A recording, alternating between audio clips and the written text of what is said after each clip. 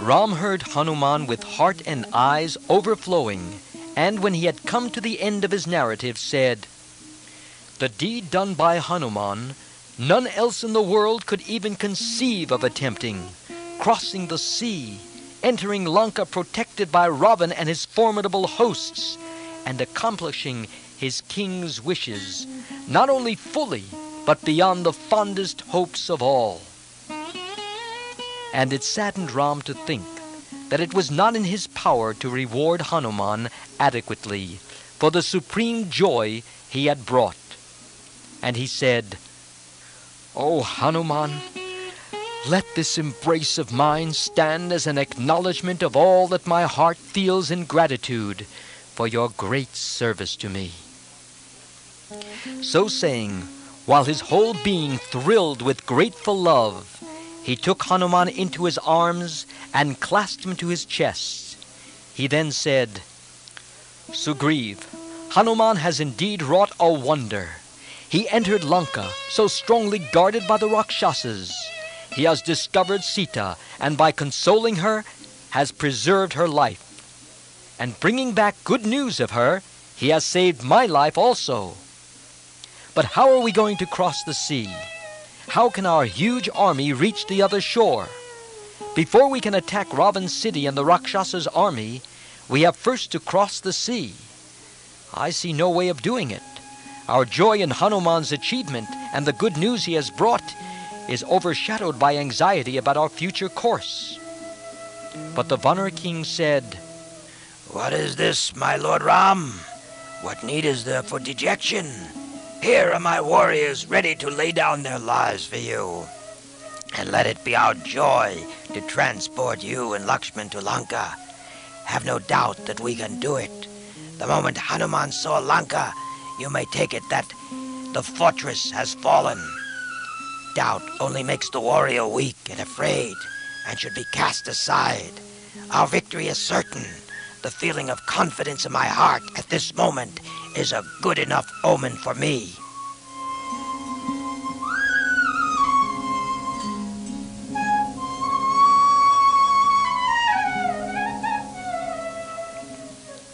Thus Sugriv reassured Ram and inspired him to action. Then Ram and Hanuman discussed matters about Lanka, the town, the fort, the moat, and other defenses. Hanuman described the wealth of Lanka, the happy lives of the Rakshasas, their confidence in Ravan, and their affection for him. He told Ram of the might and the size of Ravan's army, the strength and structure of the fortress, the alertness of the sentry, the moats, walls, gates, catapults, and drawbridges, and the care and thoroughness of all the arrangements for defense. He also explained how the coast, too, was carefully guarded so that no enemy ship could approach it. Then he said, "And yet you may be certain that our Vanar army is fully equal to the conquest of Lanka. We have with us peerless warriors like Angad, Dvivid, Minda, Jambavan, Panas, Nal, and Neel. We have an enormous army. We shall fly in the sky, and without touching the ground, destroy Lanka. Its mountains and forest defenses are nothing to us. We shall smash the city to the ground. So fix the auspicious time, and give us the order to start."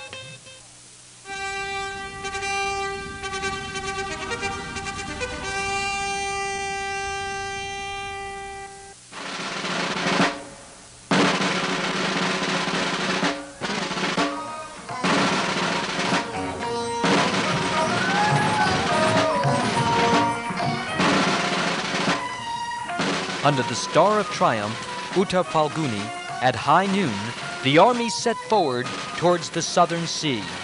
Good omens greeted them. As they marched, Ram, Sugriv, and Lakshman went conversing with one another. Ram said, "If only Sita could know that we have set out, it would encourage her to keep her life going."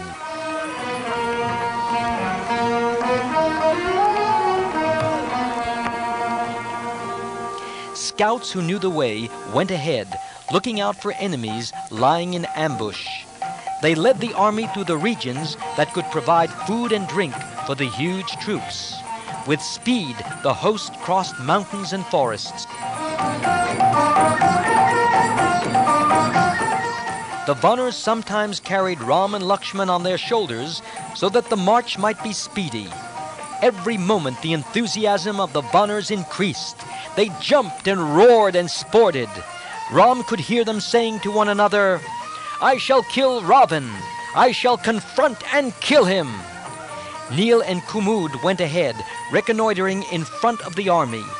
Strong warriors were kept in the rear, guarding it from behind. King Sugriv, Ram, and Lakshman were in the middle. Ram gave strict orders that the army should inflict no harm or hardship on the towns and villages on the way. The noise of the marching army was like the roar of the sea and filled the 8 quarters. The dust they raised just covered the whole sky. When they came to the Mahendra mountain, Ram climbed the peak and surveyed the sea. He then said, "We should now think and decide how the army can cross the sea. Till then, let it camp and rest in the forests." Sugriv passed the order to the commanders, and the Vanars camped in the forest by the seashore.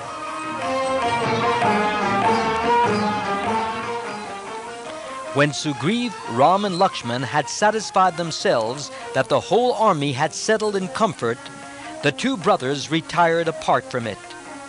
And Ram said, "If a person loses a dear thing, people say that time will enable him to forget about it, and he will cease to grieve. But Lakshman, this is not what I find."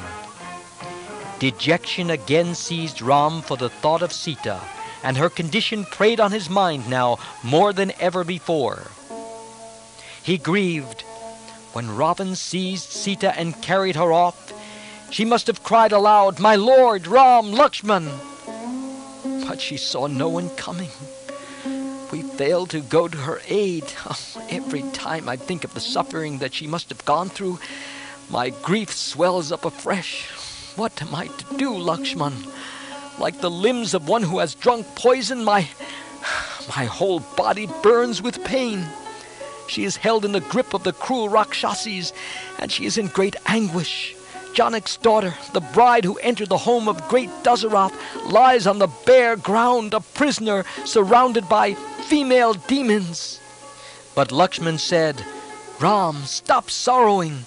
Soon we shall destroy Ravan and rescue Sita and take her home to Ayodhya. She will enter the city like the goddess of chastity. Just give up your grief and arm yourself with courage."